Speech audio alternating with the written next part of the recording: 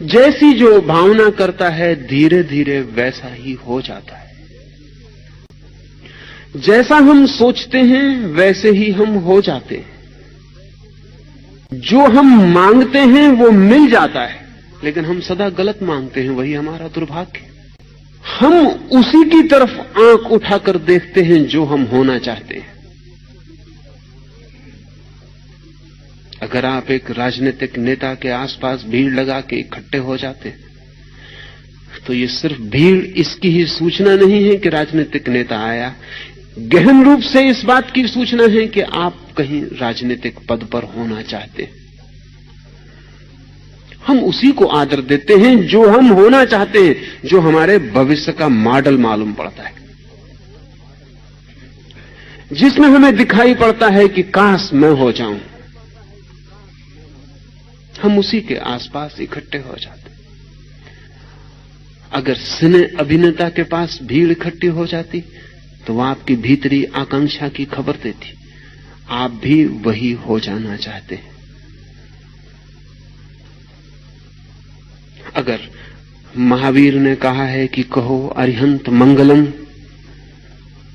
सिद्ध मंगलम, साधु मंगलम, तो वो ये कह रहे हैं कि ये तुम कह ही तब पाओगे जब तुम अरिहंत होना चाहोगे, या तुम जब ये कहना शुरू करोगे तो तुम्हारे अरिहंत होने की यात्रा शुरू हो जाएगी। और बड़ी से बड़ी यात्रा बड़े छोटे से कदम से शुरू होती, और पहले कदम से कुछ भी पता नहीं चलता। धारणा पहला कदम है। कभी आपने सोचा कि आप क्या होना चाहते? नहीं भी सोचा होगा सचेतन रूप से, तो भी अचेतन में चलता है कि आप क्या होना चाहते हैं। जो आप होना चाहते हैं उसी के प्रति आपके मन में आदर पैदा होता है। न केवल आदर, जो आप होना चाहते हैं उसी के संबंध में आपके मन में चिंतन के वर्तुल चलते हैं। वही आपके स्वप्नों में उतर आता है, वही आपकी सांसों में समा जाता है, वही आपके खून में प्रवेश कर जाता है। और जब मैं कहता हूं खून में प्रवेश कर जाता है, तो मैं कोई साहित्यिक बात नहीं कह रहा हूं, मैं मेडिकल, मैं बिल्कुल शारीरिक तथ्य की बात कह रहा हूं। इधर प्रयोग किए गए हैं और चकित करने वाले सूचन मिले हैं। ऑक्सफोर्ड यूनिवर्सिटी में दिलावार प्रयोगशाला में विचार का खून पर क्या प्रभाव पड़ता है। दूसरे की धारणा का भी, आपकी धारणा को छोड़ दें, आपकी धारणा का तो पड़ेगा ही, दूसरे की धारणा का भी, अप्रगट धारणा का भी आपके खून पर क्या प्रभाव पड़ता है। अगर आप ऐसे व्यक्ति के पास जाते हैं जिसके हृदय से बहती करुणा और मंगल की भावना है, जो आपके लिए शुभ के अतिरिक्त और कुछ नहीं सोच पाता है, तो दिलावार लेबोरेटरी के प्रयोगों का 10 वर्षों का निष्कर्ष यह है कि आपके खून में ऐसे व्यक्ति के पास जाते ही जो आपके प्रति मंगल की भावना रखता है, सफेद कण 1500 की तादाद में तत्काल बढ़ जाते, इमीडिएटली। दरवाजे के बाहर आपके खून की परीक्षा की जाए और फिर आप भीतर आ जाएं और मंगल की कामना से भरे हुए व्यक्ति के पास बैठ जाएं और फिर आपके खून की परीक्षा की जाए। आपके खून में सफेद वाइट ब्लड सेल्स, सफेद जो कोष हैं खून के, वो 1500 बढ़ जाते हैं। जो व्यक्ति आपके प्रति दुर्भाव रखता है उसके पास जाके 1600 कम हो जाते हैं, तत्काल, इमीडिएटली। और मेडिकल साइंस कहती है कि आपके स्वास्थ्य की रक्षा का मूल आधार सफेद कणों की अधिकता है। वो जितने ज्यादा आपके शरीर में होते हैं उतना आपका स्वास्थ्य सुरक्षित है। वो आपके पहरेदार हैं। आपने देखा होगा, ख्याल नहीं किया होगा, चोट लग जाती है तो चोट लग के जो आपको मवाद पड़ जाती है, वो मवाद सिर्फ रक्षक हैं आपके शरीर के खून के सफेद कण। वे भाग के फौरन एक परत पहरेदारी की खड़ी कर देते। जिसको आप मवाद समझते हैं वो मवाद नहीं है, वो आपकी दुश्मन नहीं है, वो खून के सफेद कण हैं जो तत्काल दौड़ के घाव को चारों तरफ से घेर लेते हैं, जैसे कि पुलिस ने पहरा लगा दिया हो, क्योंकि उनके परत को पार करके कोई भी कीटाणु शरीर में प्रवेश नहीं कर सकता। वो रक्षक है। डिलावार प्रयोगशाला में किए गए प्रयोगों ने चकित कर दिया है वैज्ञानिकों को कि क्या शुभ की भावना से भरे व्यक्ति का इतना परिणाम हो सकता है कि दूसरे के खून का अनुपात बदल जाए, आयतन बदल जाए, खून की गति बदल जाए, हृदय की गति बदल जाए, रक्तचाप बदल जाए। ये संभव है? अब तो इंकार करना कठिन है। डॉक्टर जगदीश चंद्र बसु के बाद दूसरा एक बड़ा नाम एक अमेरिकन का है, क्लीव बैक्स्टर का। जगदीश चंद्र ने तो कहा था कि पौधों में प्राण है। बैक्स्टर ने सिद्ध किया है, सिद्ध हो गया है कि पौधों में भावना भी है और पौधे अपने मित्रों को पहचानते हैं और शत्रुओं को भी। पौधा अपने मालिक को भी पहचानता है, अपने माली को भी। और अगर मालिक मर जाता है तो पौधे की प्राणधारा क्षीण हो जाती है, वो बीमार हो जाता है। पौधों की स्मृति को भी बैक्स्टर ने सिद्ध किया कि उनकी भी मेमोरी है। और जब आप अपने गुलाब के पौधे के पास जाके प्रेम से खड़े हो जाते हैं तो वो कल फिर आपकी उसी समय प्रतीक्षा करता है।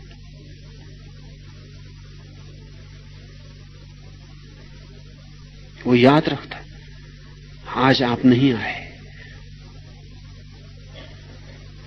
या जब आप पौधे के पास प्रेम से भर के खड़े हो जाते हैं और फिर अचानक एक फूल तोड़ लेते हैं तो पौधे को बड़ी हैरानी होती, बड़ा कंफ्यूजन होता है। इस सब की प्राणधाराओं को रिकॉर्ड करने वाले यंत्र तैयार किए हैं बैक्स्टर ने कि पौधा एकदम कंफ्यूज हो जाता है, उसकी समझ में नहीं आता कि जो आदमी इतने प्रेम से खड़ा था उसने फूल कैसे तोड़ लिया। वो ऐसे ही कंफ्यूज हो जाता जैसे कोई बच्चा आपके पास खड़ा हो, प्रेम करते करते एकदम गर्दन तोड़ ले कि चेहरा बहुत अच्छा लगता है। पौधे की समझ में बिल्कुल नहीं आता कि ये हो क्या गया।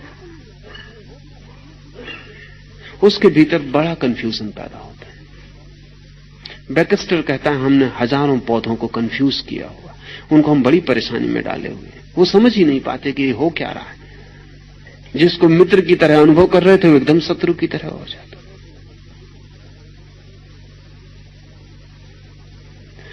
बैक्स्टर का यह भी कहना है कि जिन पौधों को हम प्रेम करते हैं वो हमारी तरफ बड़ी पॉजिटिव भावनाएं छोड़ते हैं। और बैक्स्टर ने सुझाव दिया है अमेरिकन मेडिकल एसोसिएशन को कि शीघ्र ही हम विशेष तरह के मरीजों को विशेष पौधों के पास ले जाकर ठीक करने में समर्थ हो जाएंगे। अगर उन पौधों को हमने इतना प्राणवान कर दिया, प्रेम से, भाव से, संगीत से, प्रार्थना से, ध्यान से, उनको इतना प्राण शक्ति से भर दिया तो उनके पास विशेष तरह के मरीज ले जाने से फायदा होगा।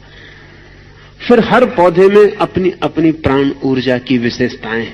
जैसे रेड रोज, लाल जो गुलाब है, वो क्रोधी लोगों के लिए बड़े फायदे का हो सकता है। पंडित नेहरू को इसलिए उससे प्रेम रहा हो। क्रोध के लिए रेड रोज बहुत फायदे का है बैक्स्टर के हिसाब से।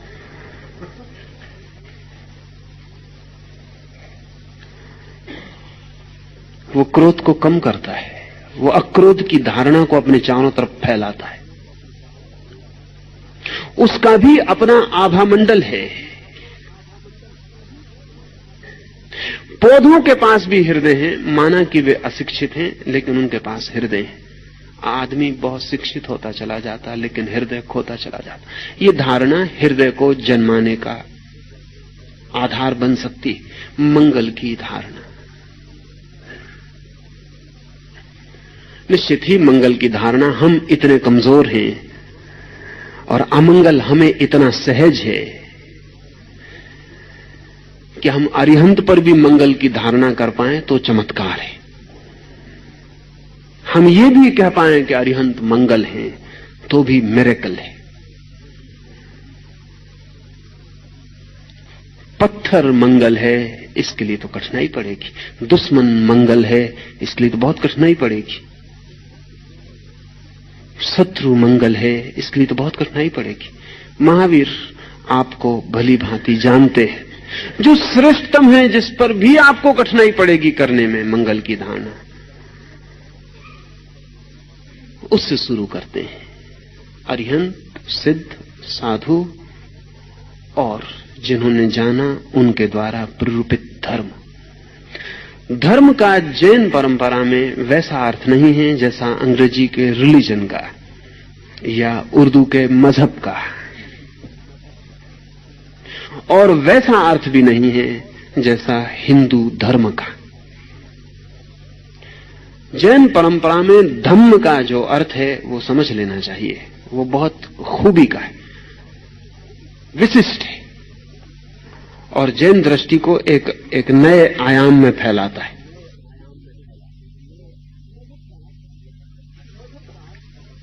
मजहब का अर्थ तो होता है क्रीड, एक मत, एक पंथ। अंग्रेजी के रिलीजन शब्द का अर्थ होता है करीब करीब वही जो योग का अर्थ होता है। वो जिस सूत्र से बना है रिलीगेर, उसका अर्थ होता है जोड़ना, आदमी को परमात्मा से जोड़ना। योग का भी वही अर्थ होता है, आदमी को परमात्मा से जोड़ना। लेकिन जैन चिंतन परमात्मा के लिए जगह ही नहीं रखता। इसलिए आप ये जान के हैरान होंगे कि जैन योग का अच्छा अर्थ नहीं मानते। जैन कहते हैं केवली अयोगी होता है, अयोगी, योगी नहीं। इसलिए महावीर को नासमझ कुछ भूल से भरे लोग महायोगी कहते हैं, वो गलती कहते हैं। वो जैन परंपरा के शब्द का उन्हें पता नहीं। महावीर कहते हैं जुड़ना नहीं है किसी से, जो गलत है उससे टूटना है, अलग होना है। अयोग, संसार से अयोग, तो स्वरूप उपलब्ध हो जाता है। योग कहता है परमात्मा से मिलन, तो स्वरूप उपलब्ध होता है। महावीर कहते हैं स्वरूप उपलब्ध ही है, जो हमें पाना है वो हमें मिला ही हुआ है, सिर्फ हम गलत चीजों से चिपके खड़े हैं, इसलिए दिखाई नहीं पड़ रहा है। गलत को छोड़ दें, अयुक्त हो जाएं, अलग हो जाएं।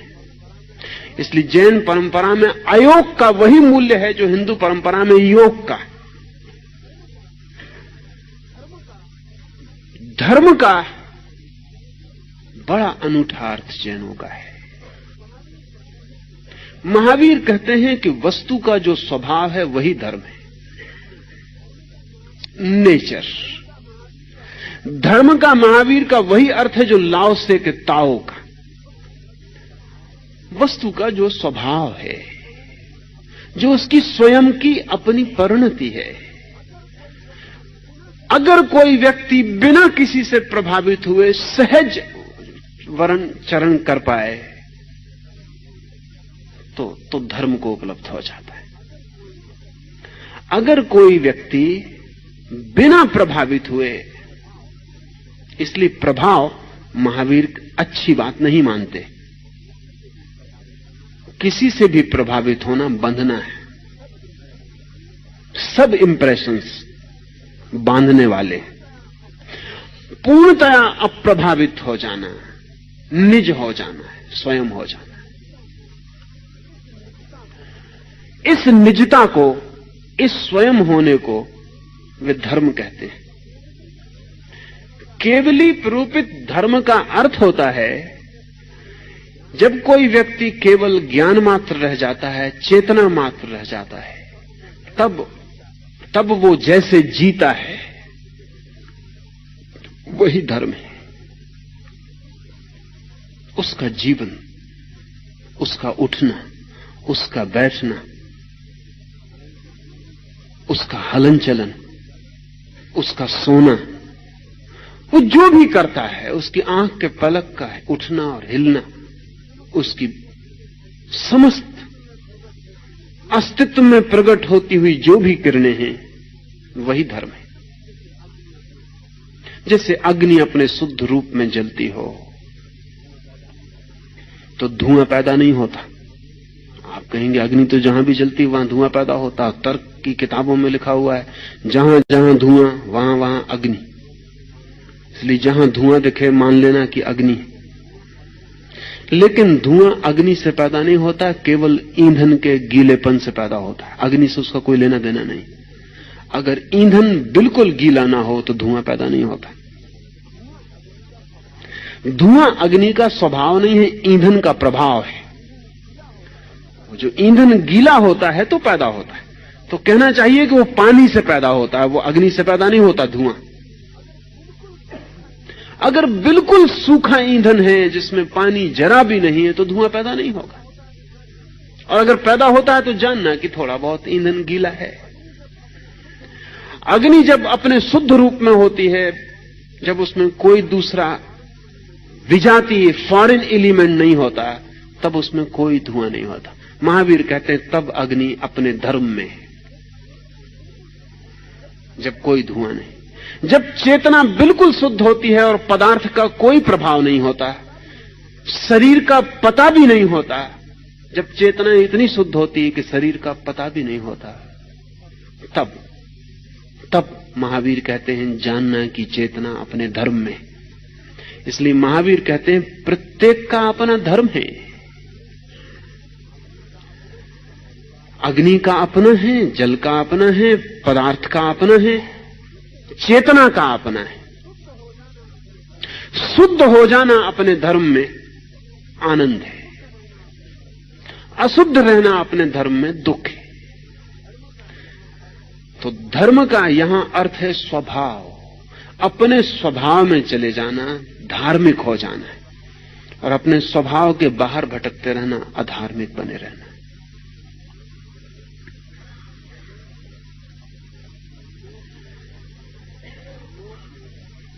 लोक में इन चारों को उत्तम भी इस सूत्र में कहा है। अरिहंत उत्तम है लोक में, सिद्ध उत्तम है लोक में, साधु उत्तम है लोक में, केवली प्रूपित धर्म उत्तम है लोक में।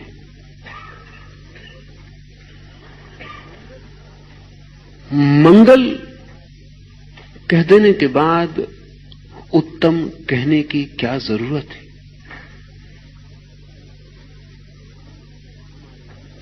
कारण है हमारे भीतर। ये सारे सूत्र हमारे मनस के ऊपर आधारित है। ये हमारे मन की गहराइयों के अध्ययन पर आधारित है। मंगल कहने के बाद भी हम इतने ना समझें कि जो उत्तम नहीं है उसे भी हम मंगल रूप मान सकते हैं। हमारी वासनाएं ऐसी हैं कि जो निकृष्ट है लोक में उसी की तरफ बहती हैं। ऐसा भी कह सकते हैं कि वासना का अर्थ ही यही होता है, नीचे की तरफ बहाव। जो निकृष्ट है उसी की तरफ। रामकृष्ण कहा करते थे कि चील आकाश में भी उड़े तो तुम ये मत समझना कि उसका ध्यान आकाश में होता है। वह आकाश में उड़ती है लेकिन उसकी नजर नीचे, कहीं कूड़े कबाड़ पर, किसी कचरे घर पर पड़े हुए मांस पर, किसी सड़ी मछली पर, उस पर लगी रहती। उड़ती आकाश में और उसकी दृष्टि तो कहीं नीचे किसी मांस के टुकड़े पर अटकी रहती। तो रामकृष्ण कहते थे भूल में मत पड़ जाना कि चील आकाश में उड़ रही इसलिए आकाश में ध्यान होगा। ध्यान तो उसका नीचे लगा रहता। इसलिए दूसरे सूत्र में महावीर का ये जो मंगल सूत्र है ये तत्काल जोड़ता है अरिहंत लोगोत्तम। अरिहंत उत्तम है, ये सिर्फ इशारे के लिए है। सिद्ध उत्तम है, साधु उत्तम है। उत्तम का अर्थ है कि शिखर हैं जीवन के, श्रेष्ठ, पाने योग्य, चाहने योग्य, होने योग्य। सभी झरने किसी ने पूछा है सविज्जर को,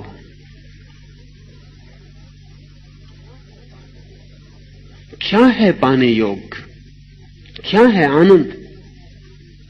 तो सविज्जर ने कहा, to be more and more, to be deep and deep, to be in and constantly turning into something more and more. कुछ ज्यादा में रूपांतरित होते रहना, कुछ श्रेष्ठ में बदलते रहना, कुछ गहरे और गहरे जाते रहना, कुछ ज्यादा और ज्यादा होते रहना। लेकिन हम ज्यादा तभी हो सकते हैं जब ज्यादा की, श्रेष्ठ की, उत्तम की धारणा हमारे निकट हो। शिखर दिखाई पड़ता हो तो यात्रा भी हो सकती है, शिखर ही ना दिखाई पड़ता हो तो यात्रा का कोई सवाल नहीं है।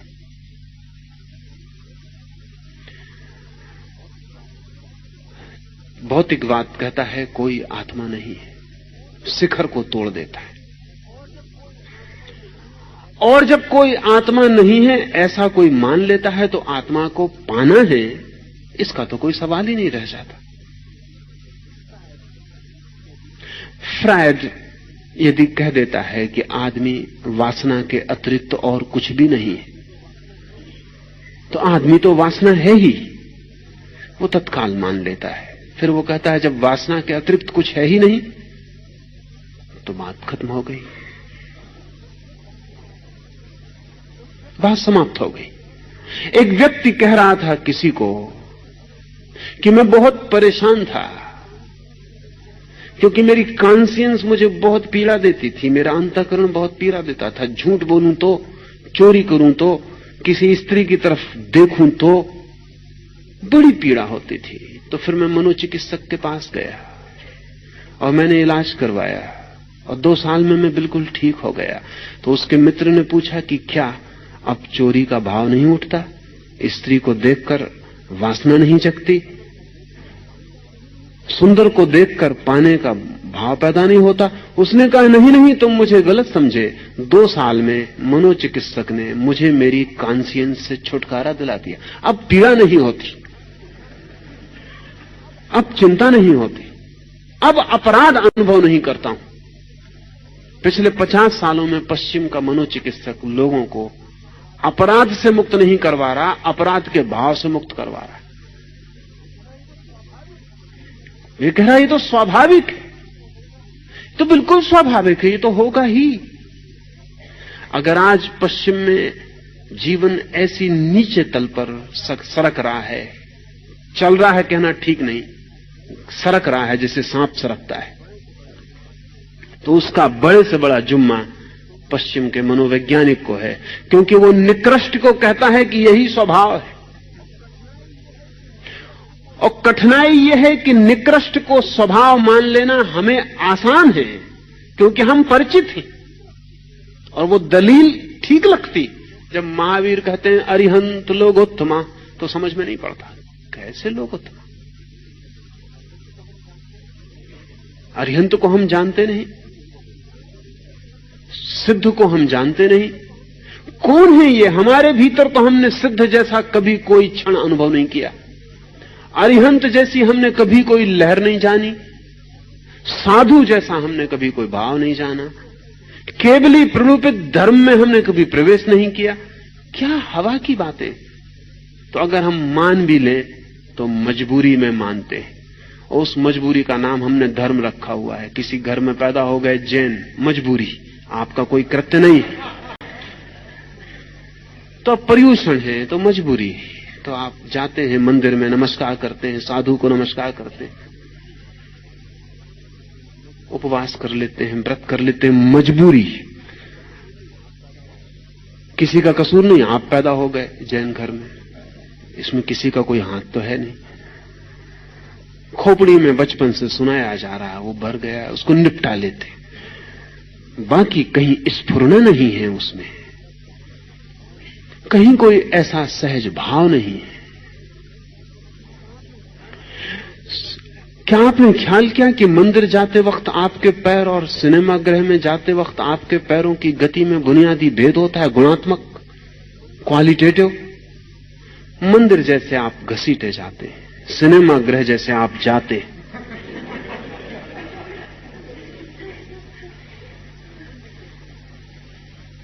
मंदिर जैसे एक मजबूरी, एक काम। प्रफुल्लता नहीं है चरण में, नृत्य नहीं है चरण में जाते समय। किसी तरह पूरा कर देना है, लेकिन निकृष्ट जीवन है, पूरा नहीं कर देना है। सुना है मैंने कि मुल्ला नसरुद्दीन जिस दिन मरा,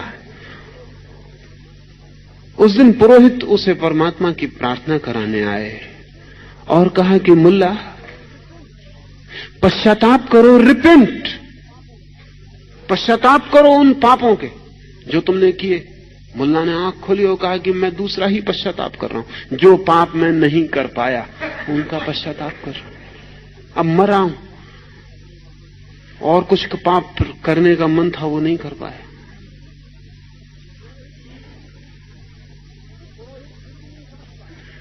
वो पुरोहित फिर भी नहीं समझ पाया, क्योंकि पुरोहितों से कम समझदार आदमी आज जमीन पर दूसरे नहीं। उसने कहा कि मुल्ला, ये क्या तुम कहते हो? अगर तुम्हें दोबारा जन्म मिले तो क्या तुम वही पाप करोगे, वैसा ही जियोगे जैसा अभी जिए? मुल्ला ने कहा कि नहीं, बहुत फर्क करूंगा। मैंने इस जिंदगी में पाप बड़ी देर से शुरू किए, अगली जिंदगी में जरा जल्दी शुरू कर दूंगा। ये मुल्ला हम सब मनुष्यों के बाबत खबर दे रहा है। ये व्यंग है, ये आदमी पूरा व्यंग है हम सब पर। यह हमारी मनोदशा है। मरते वक्त हमें भी पश्चाताप होगा। पश्चाताप होगा उन औरतों का जो नहीं मिली, पश्चाताप होगा उस धन का जो नहीं पाया, पश्चाताप होगा उन पदों का जो चूक गए, पश्चाताप होगा उस सब का जो निकृष्ट था, जो पाने योग्य ही नहीं था। लेकिन क्या मरते वक्त पश्चाताप होगा कि अरिहंत ना मिले, सिद्ध ना मिले, केवली प्रूपित धर्म में प्रवेश ना मिला? नहीं, हो सकता है नमोकार आपके आसपास पढ़ा जा रहा होगा, लेकिन आपके भीतर उसको कोई प्रवेश नहीं हो पाया, क्योंकि जिन्होंने जीवन भर उसके प्रवेश की तैयारी नहीं की, वे अगर सोचते हो कि क्षण में उसका प्रवेश हो जाएगा तो वे ना समझे। जिन्होंने जीवन भर उस मेहमान के आने के लिए इंतजाम नहीं किया, वे सोचते हो अचानक वो मेहमान भीतर आ जाएगा, तो वे गलती पर हैं, वे दुराशाएं कर रहे हैं, वे हताश होंगे। लेकिन जो व्यक्ति निरंतर अरिहंत मंगल है, लोक में उत्तम है, श्रेष्ठ है, वही जीवन में पाने का ऐसा सूत्र ख्याल में रखता है, और कभी कभी ना भी समझ में आता हो फिर भी रिचुअल रिपीटिशन करता है, ना भी समझ में आता हो, ना भी ख्याल में आता हो, ऐसे ही दोहराए चला जाता है, तो भी तो ग्रूव्स बनते हैं। ऐसे भी दोहराए चला जाता है तो भी चित्त पर निशान बनते हैं। वे निशान किसी भी क्षण, किसी प्रकाश के क्षण में सक्रिय हो सकते हैं। जिसने निरंतर कहा है कि अरिहंत लोक में उत्तम है, उसने अपने भीतर एक धारा प्रवाहित की है, कितनी ही क्षीण, लेकिन जब वो अरिहंत होने के विपरीत जाने लगेगा तो उसके भीतर कोई उससे कहेगा कि तुम जो कर रहे हो वो उत्तम नहीं, वो लोक में श्रेष्ठ नहीं। जिसने कहा है सिद्ध लोक में श्रेष्ठ है, जब वो अपने को खोने जा रहा होगा तब कोई उसके भीतर स्वर कहेगा कि सिद्ध तो अपने को पाते हैं, तुम अपने को खोते हो, बेचते हो। जिसने कहा है साधु लोग उत्तम हैं, उसको किसी क्षण असाधु होते वक्त ये स्मरण रोकने वाला बन सकता है। जानकर समझकर किया गया तब तो परिणामदायी है ही, न जानकर न समझकर किया हुआ भी परिणामदायी हो जाता है, क्योंकि रिचुअल रिपीटिशन भी सिर्फ पुनरुक्ति भी हमारे चित्त में रेखाएं छोड़ जाती है, मृत लेकिन फिर भी छोड़ जाती है, और किसी भी क्षण वे सक्रिय हो सकती है। ये नियमित पाठ के लिए है, नियमित भाव के लिए है, नियमित धारणा के लिए।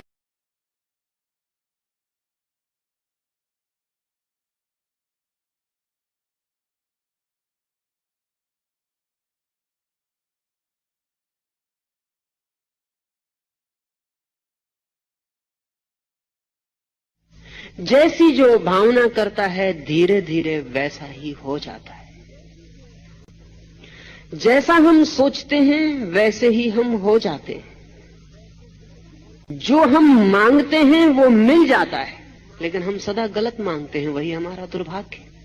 हम उसी की तरफ आंख उठाकर देखते हैं जो हम होना चाहते हैं।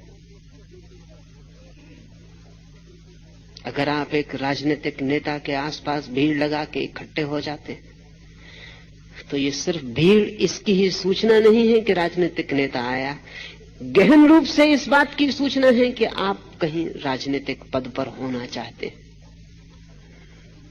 हम उसी को आदर देते हैं जो हम होना चाहते हैं, जो हमारे भविष्य का मॉडल मालूम पड़ता है, जिसमें हमें दिखाई पड़ता है कि काश मैं हो जाऊं। हम उसी के आसपास इकट्ठे हो जाते। अगर सिने अभिनेता के पास भीड़ इकट्ठी हो जाती तो वह आपकी भीतरी आकांक्षा की खबर देती।